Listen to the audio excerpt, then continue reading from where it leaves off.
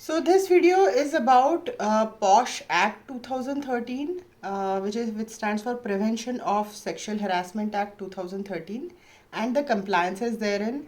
Because as a company secretary and a person who is into training for POSH, I keep getting this question very frequently, as in what are the basic requirements which a corporate needs to comply with under POSH Act 2013. So this is something which is, as soon as you are an organization wherein there are more than 10 employees, these becomes applicable to you. We will discuss about each of these points at length. But to start with, I will just enumerate a few points which are the basic compliances for POSH. So as soon as you say that I'm an employer and I'm employing more than 10 employees, even if these employees are below 10, but I do have contract employees, or you may come to me and say that I don't have women employees. Still, is this POSH Act applicable to me? The answer would be definitely yes. And this act is applicable to all the organizations wherein there are 10 or more people who are coming together to work. So whenever such organizations are there, the first requirement is having a POSH policy in place. So the HR has to make this effort that, in case they have a separate legal department, or maybe a lawyer, or they can consult an external person for making this POSH policy, which will be comfortable for their organization. So this POSH policy differs from one organization to another, and definitely it will involve a lot of steps wherein you have to discuss with various managers or various leaders who are there, people who are there as part of your management, as in what is it that they would like to take care in case an employee comes with a complaint which falls under this category. So having a POSH policy becomes the first mandatory requirement. Second would be conducting regular training and sensitization sessions. So, because what happens normally, an organization makes this policy for the sake of compliance, but people are not aware that there are policies which are ready to take care of them.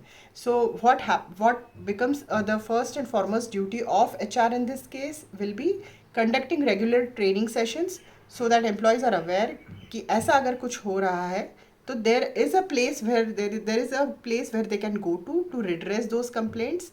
And in case they are also most of the times concerned about the confidentiality of the information. So these training sessions will also give them that assurance that yes, whatever information has been shared by them will not be, it will not go public, or people will not be speaking about it, because it will be kept confidential. Third requirement under this is the conducting of regular meetings.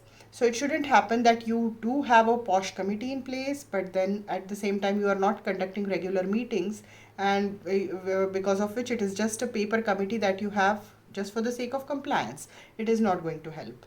So conducting regular meetings becomes the third important point here. Next would be dissemination of this POSH policy. So dissemination is how you are telling the employees that yes, something like this exists. So one very good way is conducting regular trainings. But again, trainings are part and parcel of their work, because they have to be brought out of the work to attend these training sessions.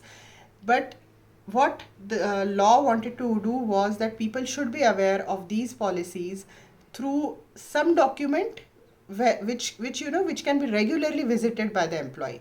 So उसको अलग से efforts ना करना पड़े to go in the email or to go in the database, check that document, find about how to handle such scenarios.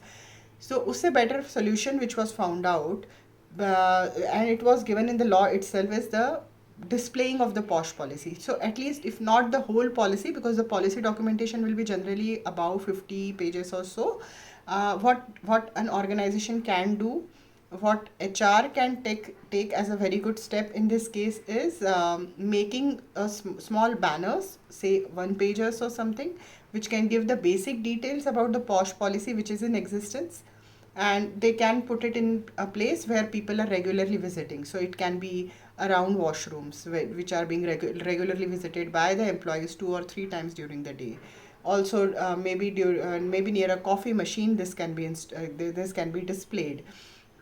And also, this need not be a very big document. It can be just, just a few liners, which may give the contact person of the contact number of the person to whom the person can contact in case such a scenario has happened.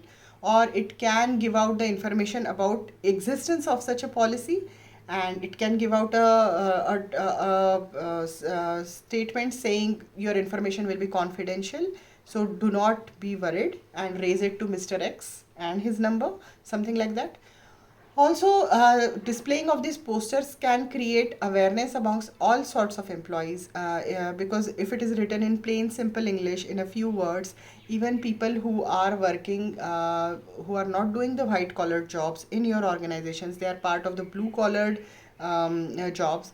They also become aware of availability of this policy. So this is one of the biggest benefit of displaying posters. The next would be submission of an annual report. This is one whole compliance which is required from the point of view of law, wherein every organization is supposed to submit an annual report. It generally happens at the end of the calendar year, and each of these points we will discuss it one by one in the next few sessions that I would be conducting. So stay tuned and subscribe in case you have not subscribed to my channel yet. Thank you so much.